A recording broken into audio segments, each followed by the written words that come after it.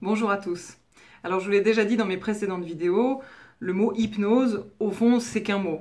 On a l'impression que ça désigne soit un type de thérapie, soit un truc de spectacle, mais en fait on pourrait dire que l'hypnose c'est beaucoup plus banal et beaucoup plus commun que ce qu'on croit. En fait c'est plutôt une ressource qui est à notre disposition, on pourrait parler d'un certain état d'être qui est à notre disposition et qui peut nous aider dans la vie quotidienne, dans la vie de tous les jours, à affronter certaines difficultés ou tout simplement à se remettre en rapport avec son intuition, avec une situation, avec un désir qui est au fond de nous. Donc c'est quelque chose avec lequel on peut apprendre à se familiariser. Et aujourd'hui j'aimerais vous dire pourquoi l'hypnose me semble être une ressource très intéressante dans la question du changement. La vie, elle est faite de changements. Il y en a qu'on décide, il y en a qu'on décide pas. Parfois, c'est la situation qui change et on peut avoir de la peine à s'y faire. Ou alors, c'est nous-mêmes qui changeons. Et là, il peut arriver que on se reconnaisse plus trop. Que ce soit un peu difficile parce que certaines relations qu'on avait ne marchent plus, certaines envies qu'on pouvait avoir ne sont plus valables. Et alors, il arrive qu'on se sente un peu déboussolé parce qu'on ne se reconnaît plus, mais qu'on sent qu'on ne peut pas faire autrement et que, ma foi, la vie est en train de nous amener ailleurs. La plupart du temps, si le changement nous fait peur, c'est un peu pour ces mêmes raisons. On s'imagine un futur qui ressemble à quelque chose que l'on connaît à peu près, et puis tout d'un coup, il y a quelque chose qui vient un peu contrecarrer ces plans, et ça nous déboussole et ça nous fait peur, parce qu'on a très peur de devoir abandonner tout ce futur imaginaire qu'on s'était fait et sur lequel on avait fondé une partie de notre vie, de nos projets, etc. Par exemple, on pensait faire carrière dans tel ou tel domaine, et puis tout d'un coup, à 30 ans, 35 ans, 40 ans, tout d'un coup on réalise que c'est pas tout à fait qui on est, que c'est pas tout à fait ce qu'on veut faire, il y a un changement qui nous est demandé, et parfois on bloque devant ce changement.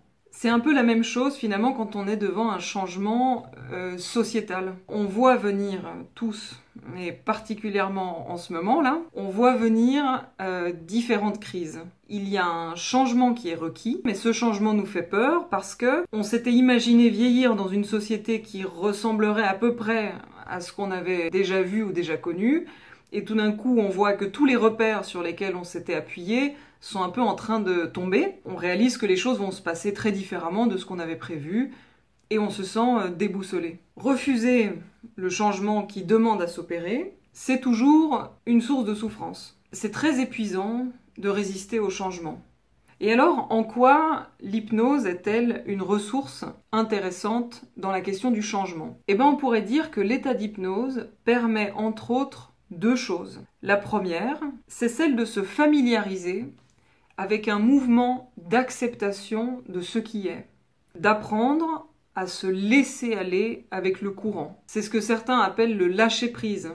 Après, c'est un mot qui a été tellement utilisé qu'on ne sait plus trop ce que ça veut dire. La deuxième chose, à mon sens, que permet l'hypnose, en tout cas dans mon expérience, c'est celle de se reconnecter avec une sorte d'intuition un peu plus fondamentale qui va nous dire où aller, quoi faire, comment faire, dans l'instant. Alors le premier mouvement, qui est ce mouvement d'acceptation, on peut en faire l'expérience de manière très simple dans l'hypnose. En fait, dans la transe, on apprend à accepter, par exemple, que le fauteuil nous porte. Et c'est un constat complètement bête. Mais quand on le fait vraiment, et qu'on le fait corporellement, il se passe quelque chose. Par exemple, il y a un rayon de lumière qui vient se toucher notre peau. C'est une donnée neutre. On pourrait dire que c'est agréable, mais on pourrait dire que c'est juste un rayon de lumière qui vient se poser sur la peau. Eh bien, simplement, notre corps apprend à s'ouvrir aux phénomènes qui ont lieu dans l'instant. C'est pas qu'on fait un effort pour accepter quoi que ce soit. L'hypnotiseur vous dit pas accepter le rayon de lumière qui vient se poser sur la peau. ce serait trop bizarre.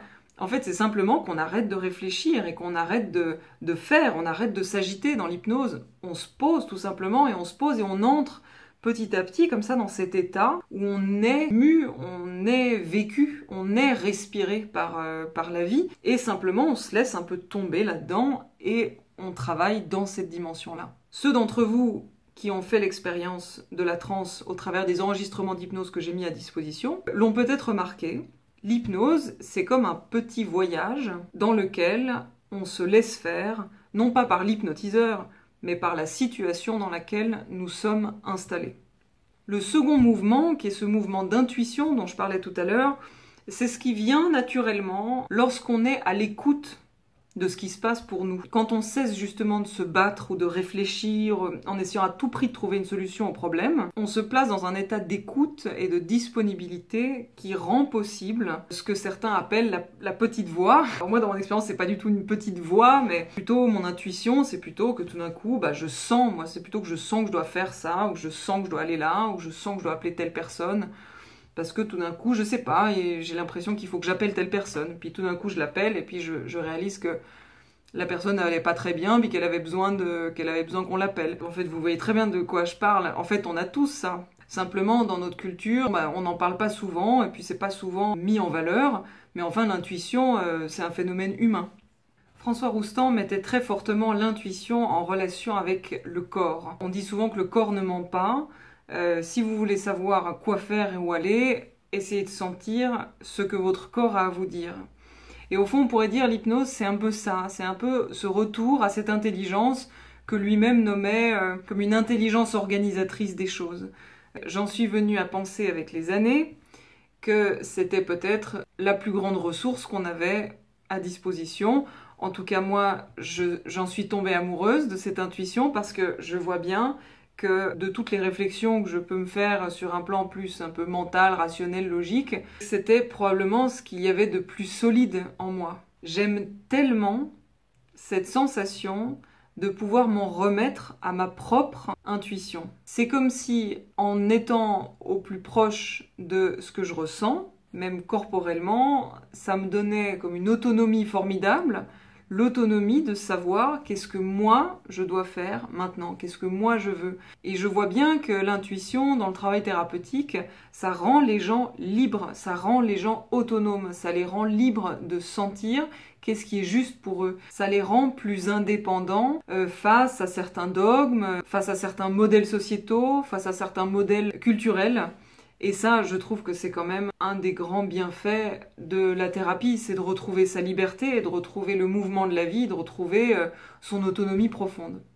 Dans les temps que nous traversons et dans les années à venir, je pense personnellement que ça va être une question majeure, celle de l'intuition et celle de l'autonomie. Et je pense que tous ces changements qui vont advenir, sur un plan personnel comme sur un plan collectif, il va être très important de les aborder avec toute l'ouverture d'esprit possible et à la fois un sens de solidité et de confiance en notre propre intuition et notre propre ressenti. Et je pense que l'hypnose est une des voies pour apprendre à se réapproprier ces ressources qui sont en nous ou pour apprendre à se remettre à l'écoute de ça. Alors, vous vous demandez peut-être à présent, ok, c'est bien, mais alors comment on fait concrètement pour, par exemple, se remettre à l'écoute de son intuition, pour pratiquer l'hypnose au quotidien, etc. Ce sera le thème de ma prochaine vidéo. J'espère pouvoir répondre à ces questionnements-là que certains d'entre vous ont partagés avec moi. D'ici là, n'hésitez pas à commenter, à dialoguer et à partager cette vidéo si ça vous a plu, à vous abonner à la chaîne si ça vous intéresse. Je me réjouis de vous retrouver pour une prochaine vidéo sur l'hypnose. D'ici là, je vous souhaite une bonne semaine et une bonne fin de confinement. Au revoir.